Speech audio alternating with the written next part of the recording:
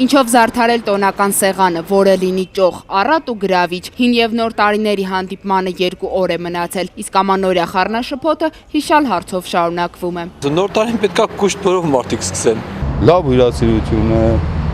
դա ավելի առաջնային է, քան թե ասենք այդ ուտելի process-ը։ Տարվա ընթացքում շատերը կան, որ չեն ուտում, այդ մի 4 տարվա ընթացքում են ուտում։ Ազգային սովորության հետ կապված բան է։ Գալիս է հնուց։ Շատերը հասկանում են, որ սեղանի վրա ներդրումները մեզ մոտ երբեմն արդարացված չեն։ Այս դեպքում օրինակ են բերում, թե ինչպես են մյուս երկրներում տոնում այս օրը։ Ուրիշ տեղեր նոր տարում հավաքվում են, մի քանի հոգով տոնում ասում են, բայց մերը մի քանի օրով է։ Անձամբ ես երբեք մեծ գումարներ չեմ ծախսի ամանորը ճոխ անցկացնելու համար։ Անում եմ նա ինչ ինձ հարմար է։ Առաջ այդպես չէր։ Առաջ տոն էր,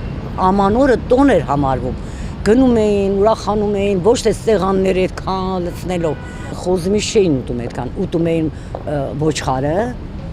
տավարներ էին օգտագործում եւ գինի էին խմում։ Հիմա տեսակ ուտելիքներ, տեսակ արտասահմանյան սալատներ, որից աղեստամուքսային տրակներ նախանգարում 2-3 օր պահում են։ Հարցվածներից շատերը հավաստիացնում են, թե չնայած առկա կարծրատիպերին, իրենք տարեց տարի փորձում են ամանորը ուտելու տոն չդարձնել։ Կարևոր չէ թե ինչ սեղանի շուրջ են տոնում, պարզապես պետք է ջերմ, լավ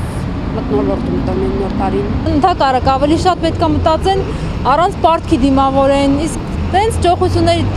հետևից ընկնելով պարտքերի տակ են ընկնում, պարտքերով դիմավորում են, ամբողջ տարի պարտքով շարունակում են։ Սիրում ենք ամեն ինչ ուռճացնել, ձևացնել, եթե նույնիսկ պարտք ենք անում,